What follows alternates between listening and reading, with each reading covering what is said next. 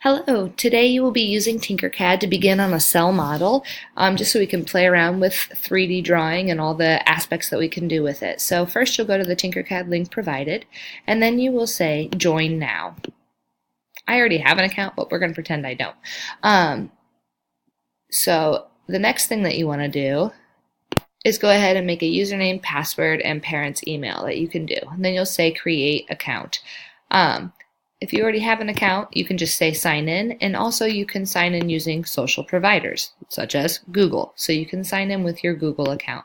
I already have an account, and so that's the one I'm going to be signing in with. Once you're in, you will see your some recent designs, and you'll see your gallery, blog, learn, and teach. I want you to start at learn.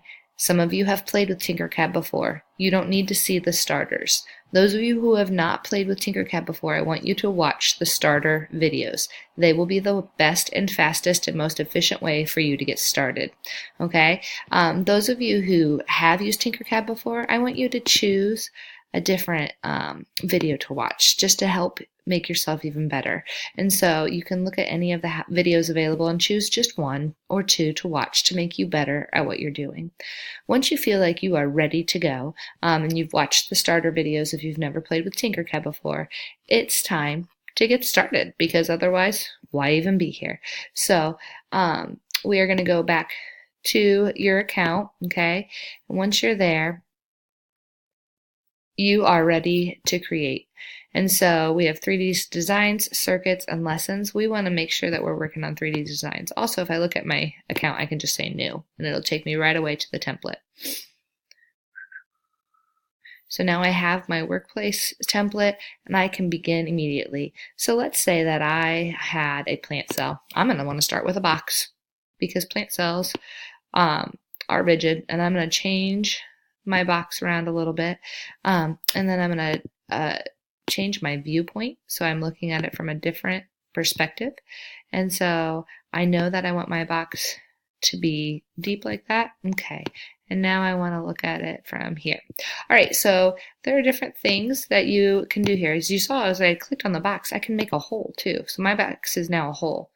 I don't want that box to be a hole though, so I'm going to undo that. I'm going to make it a solid. But let's say that I come and I put another box on it. And it's hard to see sometimes. Is it on it? Is it within it? Oh, that's good. So it's currently within it. So I want to make sure I can grab that box, and I want to be able to move it to where I want. On top, within. If you have a mouse and you want to bring it in on 3D drawing days, that definitely helps with things, because it is challenging to move things on the 3D plane with just your fingers. So definitely consider that. See how I chose an upward arrow to get it?